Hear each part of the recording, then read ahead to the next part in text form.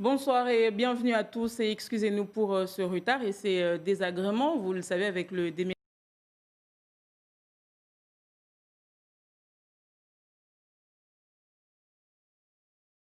le psychologique à la PMI de Dzoumogné suite au meurtre du gardien du site. Il s'agit ici d'accompagner les collègues du défunt fortement marqués par ce qui s'est passé dans la nuit de vendredi à samedi. Sur place, le reportage de Papino Zaïdani, Géraldine Lui et Jamila Swadiki. Tous réunis aujourd'hui pour comprendre, s'exprimer et s'interroger. Dans l'assistance de cette cellule psychologique, des proches de la victime, parmi lesquels des collègues de travail. Pour le moment, nous on ne se sent pas du tout prêts de revenir travailler. Parce que là, on pense peut-être, est-ce que ça va revenir? Est-ce que ça va nous arriver? Est-ce qu'on va poser plein de questions de qu'est-ce qui va se passer? Donc on ne se sent pas du tout prêt. Vous avez peur? Moi, j'ai très peur. Il n'y a pas que moi, il y a les autres aussi qui ont peur. Une peur qui s'est propagée depuis maintenant 2 jours. Aujourd'hui encore, l'émotion est vive. Plusieurs questions se posent. En premier lieu, la famille de la victime. Pourquoi ce geste dramatique? C'était quand même quelqu'un qui était sans histoire, un père de famille, qui aimait sa famille, qui aimait tout le monde et qui est aussi apprécié par tout le monde. Donc on a envie de comprendre. J'espère de tout mon cœur que la justice fera son travail comme il se doit. Je voudrais aussi faire une demande solennelle à notre gouvernement de ne pas faire le territoire de Mayotte une zone de non-droit. Je demande aussi solennellement, ce n'est pas ma demande, mais c'est une demande de tous les Mahorais, toute la population qui vit à Mayotte, de prendre la sécurité des Mahorais comme une priorité.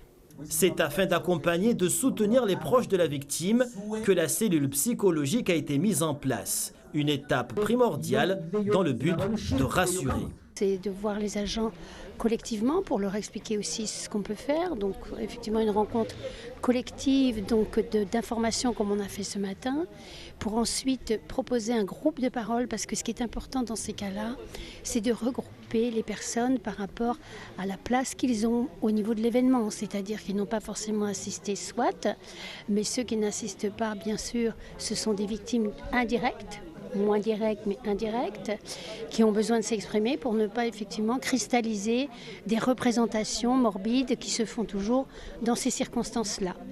Dans l'optique d'apporter un début de solution, certaines mesures ont d'ores et déjà été prises par le conseil départemental. Et il est de notre devoir, en tant qu'autorité, de prendre les mesures qui s'imposent. Et la première des mesures, ce serait de fermer cet établissement de manière temporaire.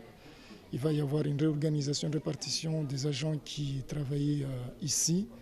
Et au-delà des mesures spécifiques que nous allons mettre en place pour la famille, mais cette cellule d'écoute va se poursuivre avec la psychologue du département.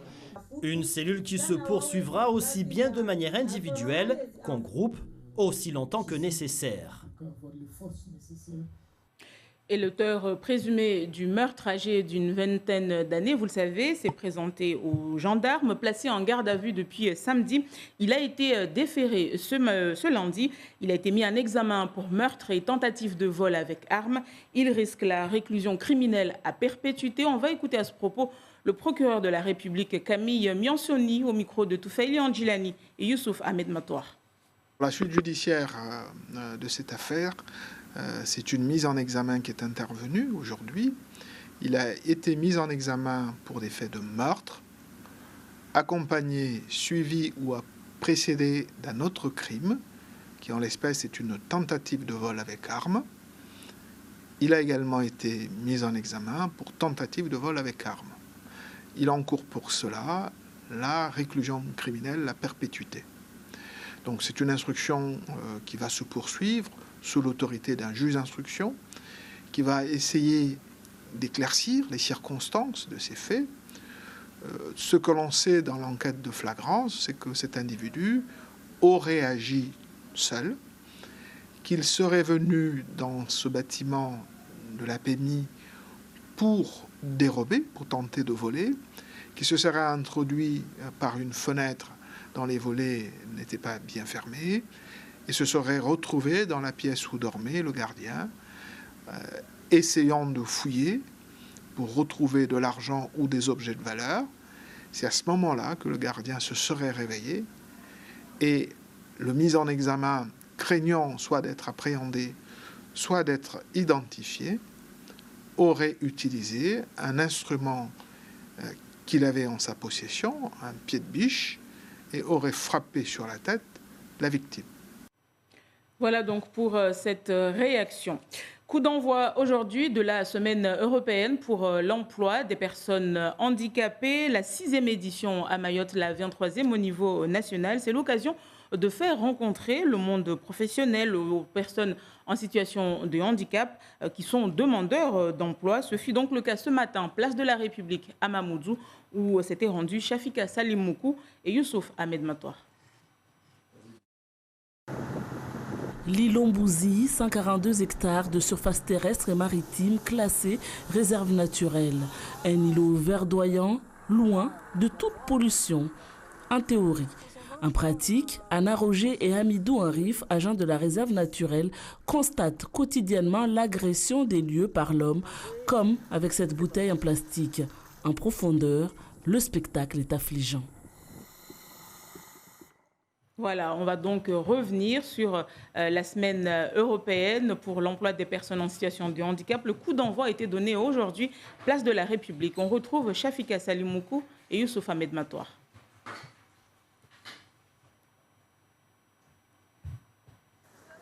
Mobiliser tous les partenaires et les institutionnels autour de l'enjeu de l'emploi, du recrutement, c'est la grande thématique de cette année.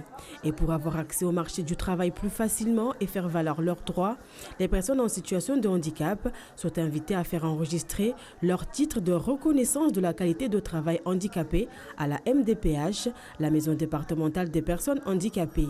Une reconnaissance qui va leur permettre de mobiliser des apports financiers pour compenser, adapter, suivre une formation ou se déplacer. Sur les 13-14 000 personnes qui sont inscrites au niveau de Pôle emploi, comme demandeurs d'emploi aujourd'hui à Mayotte, seulement 1% d'entre elles, sur notre département à Mayotte, ont la reconnaissance de la qualité de travailleur handicapé. Et si on fait un comparatif avec un autre département français, c'est à peu près 8 à 10% des demandeurs d'emploi qui ont la reconnaissance de la qualité de travailleur handicapé. Ça veut donc dire qu'aujourd'hui à Mayotte, on a potentiellement 137 personnes qui sont inscrites comme demandeurs d'emploi, alors qu'on devrait en avoir 1370. Les personnes en situation de handicap qui sont à Mayotte ne demandent qu'à travailler et être traitées comme tout le monde. Elles n'hésitent pas à suivre les formations qu'on leur propose et à répondre favorablement aux offres s'adaptant à leur domaine et compétences. Je suis association d'Emesso. Je fais 4 semaines et demie là-bas avec eux. Après, je suis venu pour chercher de l'aide, des handicaps et chercher du travail. Même si l'accès au travail pour les personnes en situation de handicap est un enjeu national et que les entreprises ont des chiffres à respecter sous peine de pénalité, la plupart d'entre elles peuvent encore avoir des réticences. Une personne en situation de handicap, c'est pas facile. Il faut vraiment de la patience pour travailler avec ces personnes-là. Et il faut aussi du courage. Parce que c'est vraiment des personnes, il faut leur expliquer. Il y en a, en fonction de leur handicap, il faut passer du temps pour leur expliquer une information. Ce mardi, c'est à la mairie de Mamoudzou que les personnes en situation de handicap pourront se rendre. Elles auront droit à des entretiens à l'aveugle avec de potentiels employeurs. Et on en parle avec William Adousso du comité de pilotage de la Semaine européenne pour l'emploi des personnes handicapées. Bonsoir. Merci d'avoir accepté notre invitation. Alors, l'insertion des personnes en situation de handicap, aujourd'hui, si on pouvait faire un constat, où en est-on à Mayotte? C'est un vrai sujet d'actualité. On a la Semaine européenne, comme vous l'avez rappelé, de l'emploi des personnes handicapées. Le vrai enjeu pour nous aujourd'hui, c'est de mobiliser les compétences. C'est pour ça que le leitmotiv de cette semaine, c'est de dire que le handicap, ce n'est pas un frein à la compétence. Autrement dit, les compétences, elles n'ont pas de handicap. Donc, on a un constat assez simple. On a la loi, le droit commun qui s'applique aujourd'hui et qui impose aux entreprises du secteur privé, selon un effectif, 20 salariés, d'avoir au moins 3% pour nous à Mayotte de leur effectif qui a ce qu'on appelle la reconnaissance de la qualité de travailleur handicapé. Concrètement, ça veut dire qu'on part d'une démarche personnelle de la personne, du salarié ou du demandeur d'emploi, qui décide d'accéder aux droits qui sont mobilisables en passant par la maison départementale des personnes handicapées. En déposant un dossier, en faisant une démarche personnelle, il va pouvoir passer devant ce qu'on appelle une commission des droits et de l'autonomie de la personne handicapée qui va se réunir, comme ailleurs en France. Et cette commission va ensuite décider de lui attribuer, en fonction de son incapacité, une reconnaissance. Et cette dernière va lui permettre de mobiliser les moyens nécessaires à la mise en place de ce qu'on appelle l'adaptation de poste, la compensation. Donc ça, c'est assez rapide, mais c'est essentiel pour nous, parce que c'est ça qui, aujourd'hui, est notre enjeu. C'est cette reconnaissance qui va permettre ensuite de mobiliser des compétences qui seront disponibles pour les employeurs. Mais justement, on sait que la RQTH, les personnes en situation de handicap, même ceux qui étaient embauchés avant d'avoir un accident de la vie et de se retrouver en situation de handicap, même ces personnes-là ne font pas cette démarche-là. Qu'est-ce qui explique cela aujourd'hui? C'est un sujet majeur parce que d'abord, ça part d'une démarche personnelle. C'est sous le sceau de la confidentialité. Il n'y a pas une obligation aujourd'hui qui incombe à une personne qui a un handicap de faire reconnaître ce handicap. Et quand bien même est-il reconnu, elle n'a pas non plus l'obligation d'informer les personnes tierces, son employeur, de ce handicap. Donc il faut bien comprendre que c'est un choix totalement individuel. Par contre, ce qui est, à mon sens, ce qui explique aujourd'hui qu'on a une sous-déclaration ou une sous-notification, ça vient du fait que l'accès au droit, l'accès à l'information, des moyens que la personne peut mobiliser n'est pas suffisamment étendu sur notre département. À titre de comparaison, on a sur le nombre de demandeurs d'emploi aujourd'hui enregistrés, on a seulement 1% qui sont titulaires de cette RQTH, alors que sur d'autres territoires, on est plutôt sur un seuil ou un ratio de l'ordre de 8 à 10%. Vous voyez, donc concrètement, 137, 147 personnes aujourd'hui, alors qu'on devrait plutôt en avoir 1400, voire 1500. Donc ce sont à mon avis des éléments d'explication. Il y a cette question de l'information, et puis il y a peut-être cette question aussi de la complexité de l'accès à la MDPH, même si on tend à percevoir des améliorations, et même si on a quand même une obligation quand même.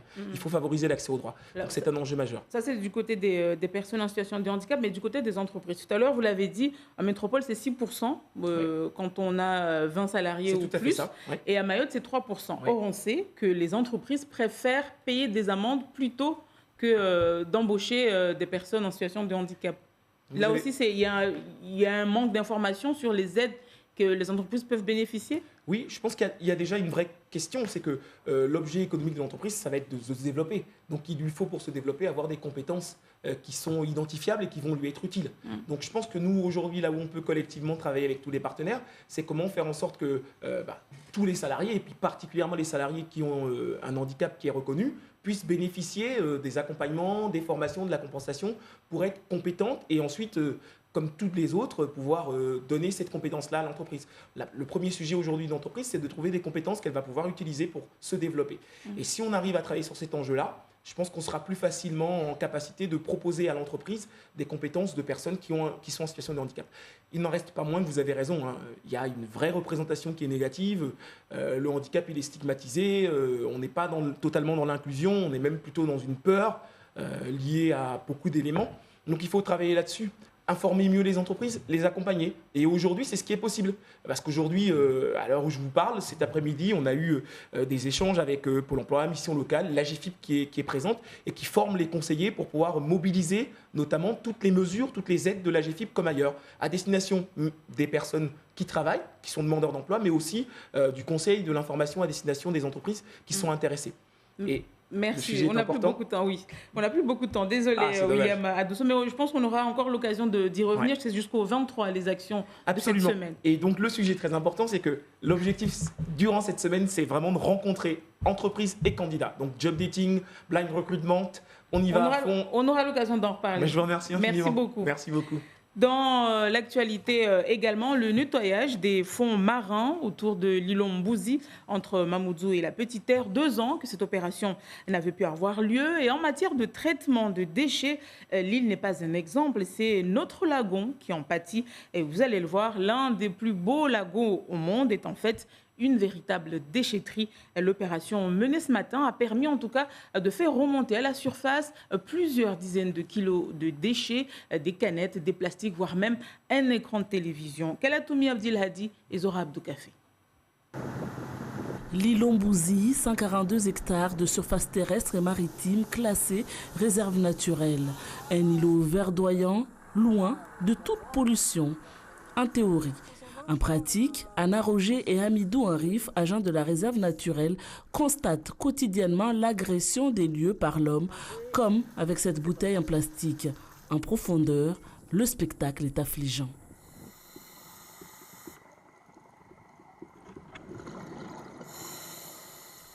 L'île Ombouzi, située entre la Petite et la Grande Terre, devient une véritable déchetterie. C'est l'îlot qui va récupérer tous les déchets qui viennent, qui sont jetés sur Grande Terre et ensuite qui vont arriver dans les rivières, qui vont être un petit peu filtrés par la mangrove. Et en fait, toutes les grandes marées vont aussi ramener les déchets dans le coin. Ces plongeurs du parc marin sont les premiers à remonter à la surface avec leurs sacs remplis de déchets. Les plastiques et l'aluminium colonisent une bonne partie du fond marin. Quelles sont les conséquences de ces déchets sur notre environnement? Depuis 1 an maintenant, des stations d'observation ont été installées au fond de l'eau. Donc, il peut y avoir des déchets qui étouffent, qui vont se poser sur des coraux et qui empêchent leur développement, etc. Et malheureusement, il y a aussi beaucoup de déchets qui vont servir de support pour des organismes marins, notamment des coraux mous, des éponges, qui vont venir se fixer sur ces déchets. Donc, des fois la peinture, elle peut amener la peinture qu'il y a sur les canettes, ça peut leur apporter des maladies, etc. Donc elles viennent se fixer, mais ça c'est pas forcément durable dans le temps. 4 bateaux participent à cette opération de nettoyage. Rien que dans celui-ci, une dizaine de sacs poubelles de 5 kilos a été remplie. Une prise de conscience écologique est nécessaire si l'on veut sauvegarder ce joyau.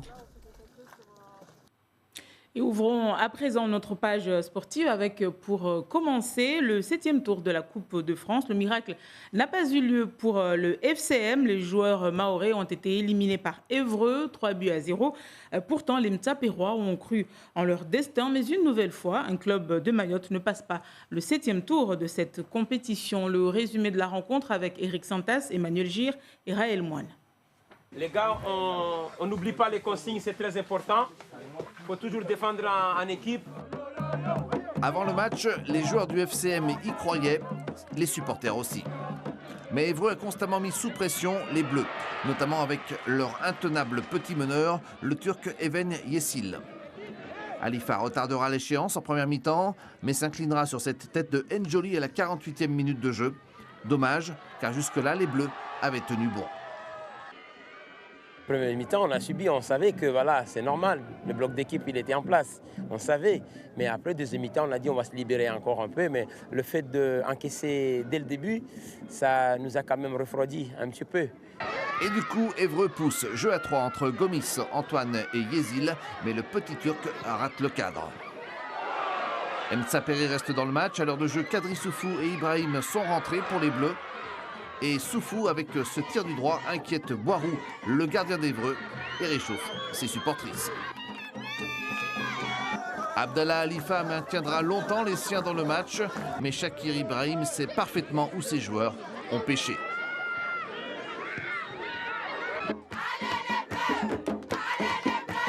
On n'a pas été ridicule dans le jeu. On a montré quand même qu'on était aussi... Il y a des phases où on était aussi très dangereux. Mais je pense que c'est les petits vices qui nous manquent, les petits détails. Et puis là, on doit encore continuer à travailler. Je ne suis pas déçu dans le jeu. C'est des petits détails que je pense qu'on doit améliorer sur le plan psychologique. Le pénalty de la 88e minute pour cette faute de Mkolo sur Soukouna scellera le sort du match aux grandes dames des supporters mahorais. Brian Landini le réussit.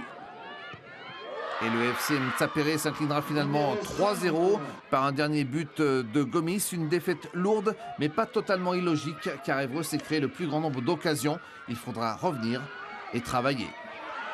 Ça fait longtemps, depuis 2001 qu'on fait la première participation, jusqu'à nos jours. J'ai aussi un petit sentiment de déception, le fait qu'on avait réuni quand même pas mal de paramètres pour arriver à 8e. Mais ça arrivera. Car tout Mayotte attend encore l'exploit. On apprend souvent des défaites. Les Bleus sauront s'en souvenir. Pas moins de 300 participants pour le Trail des Amis, édition 2019. Certains y sont allés par passion, d'autres par compétition et les autres juste pour le plaisir. Cette année, le vainqueur est Techno, encore lui. Et cette année, il a mis moins de 3 heures pour boucler le parcours. Henriette Bonaïssa et Géraldine, lui.